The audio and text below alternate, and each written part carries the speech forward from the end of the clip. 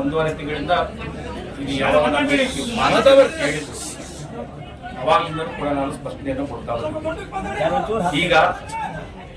ಈಗ ತಾವು ಮುಖ್ಯವಾಗಿ ನಾನು ಕೇಳಿರ್ತಕ್ಕಂಥದ್ದು ವಿಷಯ ಏನು ಅಂತ ಹೇಳಿದ್ರೆ, ನಿಮಗೆ ಯಾವಾಗ ಇದನ್ನ ಕಮ್ಯುನಿಕೇಟ್ ಮಾಡಿದ್ದಾರೆ ಅನ್ನೋದನ್ನು. ಈ ದಿವಸದವರೆಗೂ ಕೂಡ ನನಗೆ ಯಾವುದೇ ರೀತಿಯ ಲಿಖಿತ ಕಮ್ಯುನಿಕೇಶನ್ ರಾಜ್ಯ ಸರ್ಕಾರ ಆಗಿರ್ಬೋದು, ಕೇಂದ್ರ ಸರ್ಕಾರ ಆಗಿರ್ಬೋದು, ಯಾರಿಂದನೂ ಕೂಡ ಇಲ್ಲ. ಇವತ್ತಿನ ದಿವಸದವರೆಗೂ ಕೂಡ ಫೆಬ್ರವರಿಯಲ್ಲಿ ಒಂದು ವಿಡಿಯೋ ಕಾನ್ಫರೆನ್ಸ್ ಅಲ್ಲಿ NTPC ಅವರು ಈ ರೀತಿ ರಾಜ್ಯದಲ್ಲಿ 5 ಜಿಲ್ಲೆಗಳಲ್ಲಿ ಪ್ರಾಬೆಬಲ್ ಪ್ಲೇಸಸ್ ಅನ್ನ ಐಡೆಂಟಿಫೈ ಮಾಡಿದ್ದಾರೆ. ಅದರಲ್ಲಿ ಯಾವುದಾದ್ರೂ ಒಂದು ಸೂಕ್ತ ಸ್ಥಾನದಲ್ಲಿ ಮಾಡುವ ಆಲೋಚನೆ ಇದೆ.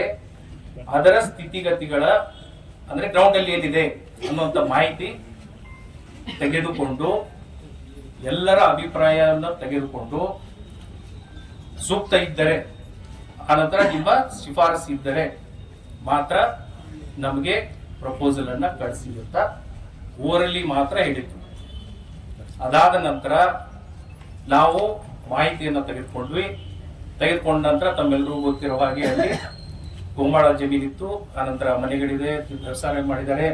ಈ ಎಲ್ಲ ವಿಷಯಗಳು ಕೂಡ ಗಮನಕ್ಕೆ ಬಂದ ಮೇಲೆ ನಾನು ನಮ್ಮ ಜನಪ್ರತಿನಿಧಿಗಳಿಗೆ ಈ ವಿಷಯವನ್ನ ತಿಳಿಸಿ, ಈ ರೀತಿ ಇರೋದ್ರಿಂದ ಏನು ಅಂತ ಅವರ ಅಭಿಪ್ರಾಯಗಳನ್ನು ಕೂಡ ಪಡ್ಕೊಂಡ್ರೆ, ಅವರು ಕೂಡ ಈಗಾಗಲೇ ನಮ್ಮ ಜಿಲ್ಲೆಯಲ್ಲಿ ಅನೇಕ ಅಭಿವೃದ್ಧಿ ಕೆಲಸಗಳು ಈ ಉದ್ದೇಶಕ್ಕಾಗಿ ಭೂಸ್ವಾಧೀನ ಆಗಿರೋದ್ರಿಂದ ಇದು ಮಾಡೋದು ಈ ಸಂದರ್ಭದಲ್ಲಿ ಸೂಕ್ತ ಅಲ್ಲ ಅಂತ, ಇದು ಕೂಡ ಮೌಖಿಕ ಮಾತ್ರ.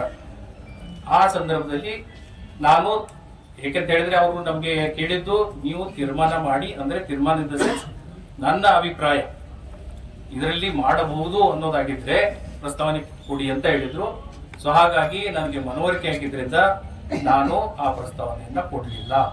ಸೊ ನನಗೆ ಮನವರಿಕೆ ಆಗಿದೆ ದಟ್ ಈ ಜಿಲ್ಲೆಯಲ್ಲಿ ಈ ರೀತಿಯ ಪ್ರಾಜೆಕ್ಟ್ಗಳು ಮತ್ತೆ ಬಂದು ಇದೇನು ಹೇಳ್ತೀವಿ ನಾವು ಧಾರಣ ಶಕ್ತಿ ಇಲ್ಲದೆ ಇರೋದ್ರಿಂದ ಈ ರೀತಿಯ ಪ್ರಾಜೆಕ್ಟ್ಗಳು ಬೇಡ ಅಂತ ಮನವರಿಕೆ ಆಗಿರೋದ್ರಿಂದ ನಾನು ಯಾವುದೇ ಪ್ರಸ್ತಾವನೆಗಳನ್ನ ಕೊಡ್ತೀನಿ. 25 ಸರಿ ವಿಮಾನ ಬಳಸಿ ಅವ್ರಿಗೆ ಕೇಳಿದ್ರೆ ಖನಿಜ ಹುಡುಕಕ್ ಬಂದ್ಯಾರ ಅಂದ್ರು. ಈ ವಿಷಯ ನಾನು ಕಳೆದ ಬಾರಿ ನನಗೆ ಮಾಧ್ಯಮ ಕಾಂಟ್ಯಾಕ್ಟ್ ಮಾಡಿದಾಗಲೂ ಕೂಡ ಈ ವಿಷಯವನ್ನ ನಾನು ಸ್ಪಷ್ಟಪಡಿಸಿದ್ದೀನಿ. ಈ ವಿಮಾನ ಹಾರಾಟ ಏನಾಗಿದೆ ತಳಮಟ್ಟದಲ್ಲಿ, ಆ ಒಂದು ಚಟುವಟಿಕೆಗೂ ಈ ಒಂದು ಕ್ವೆಶ್ಚನ್ ಏನಿದೆ ಅಥವಾ ಪ್ರಸ್ತಾಪಿತ ಯೋಜನೆ ಅಥವಾ ಏನ್ ಅನ್ಕೊಂಡಿದೀವಿ ಇದಕ್ಕೂ ಯಾವುದೇ ರೀತಿಯ ಸಂಬಂಧ ಇಲ್ಲ. ಜಿಯೋಲಾಜಿಕಲ್ ಸರ್ವೆ ಆಫ್ ಇಂಡಿಯಾ ಅವರು ಪ್ರತಿ ವರ್ಷ ಇಡೀ ದೇಶದಾದ್ಯಂತ ಕೆಲವು ಕ್ಷೇತ್ರಗಳನ್ನ ಆಯ್ಕೆ ಮಾಡಿಕೊಂಡು 2 ಉದ್ದೇಶಗಳಿಂದ ಈ ಸರ್ವೆಯನ್ನ ಮಾಡ್ತಾರೆ. ಒಂದು, ಖನಿಜ ನಿಕ್ಷೇಪ ಯಾವುದಿದೆ ಅನ್ನುವಂಥದ್ದನ್ನ ತಿಳ್ಕೊಳ್ಳುವಂಥದ್ದು.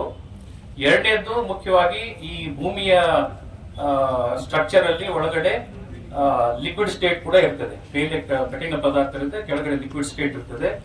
ಅದು ರೊಟೇಟ್ ಆಗ್ತಾ ಇರೋದ್ರಿಂದ ಮೇಲಿರ್ತಕ್ಕಂಥ ಸಾಲಿಡ್ ಪಾರ್ಟ್ ಏನಿದೆ, ಕ್ರಸ್ಟ್ ಅಂತ ಏನ್ ಹೇಳ್ತೀವಿ, ಅದರಲ್ಲಿ ಬದಲಾವಣೆಗಳೇ ಆಗ್ತಾ ಇರುತ್ತೆ. ಸೊ ಹಾಗಾಗಿ ಅದರಲ್ಲಿ ಏನ್ ಬದಲಾವಣೆ ಆಗಿದೆ ಅಂತ ಅದನ್ನ ಪೀರಿಯಾಡಿಕ್ ಆಗಿ ಅಸೆಸ್ ಮಾಡ್ತಾರೆ. ಇದು ಲಿಖಿತವಾಗಿ ನಮ್ಮ ಆಫೀಸ್ ಪ್ರಾಬಬ್ಲಿ ಒಂದು ಜೂನ್ ಅಲ್ಲೇನೋ ಅನ್ಕೊಂಡಿದೆ, ಲಾಸ್ಟ್ ವರ್ಷ ಜೂನ್ ಅಲ್ಲಿ ಈ ಮಾಹಿತಿ ಬಂದಿದೆ. ಅದೇ ರೀತಿ ಇದು ಈ ಬಾರಿಯ ಚಟುವಟಿಕೆಯಲ್ಲಿ ಕೇರಳದಿಂದ ನಮ್ಮ ಕೂರ್ತಿ ಕೋಸ್ಟ್ ಇಲ್ಲಿಂದ ಹಿಡ್ಕೊಂಡು ಹಾವೇರಿವರೆಗೆ ಇಷ್ಟು ಸರ್ವೆಯನ್ನ ಈ ಬಾರಿ ಮಾಡ್ತಾ ಇದ್ದಾರೆ. ಈ ಒಂದು ಚಟುವಟಿಕೆಗೂ ಅದಕ್ಕೂ ಯಾವ ರೀತಿ ಸಂಬಂಧ ಮಾಹಿತಿಯನ್ನ ಕೇಳಿದೀನಿ. ಸೊ ನಾನು ಲಿಖಿತವಾಗಿ ಕೇಳಿದೀನಿ, ಯಾರಿಗೆ? ತಹಸೀಲ್ದಾರ್ಗೆ. ಉತ್ತರ ಕೊಟ್ಟ ಮೇಲೆ ನಾವು ಯಾವುದೇ ರೀತಿ ಪ್ರಸ್ತಾವನೆಯನ್ನ ಸಲ್ಲಿಸಿಲ್ಲ. ಸರ್ಕಾರದಿಂದ ನನಗೆ ಬಂದಿರ್ತಕ್ಕಂಥದ್ದು ಅಥವಾ ನಾನು ಸರ್ಕಾರಕ್ಕೆ ಕಳಿಸಿರ್ತಕ್ಕಂಥ ಯಾವುದಾದ್ರೂ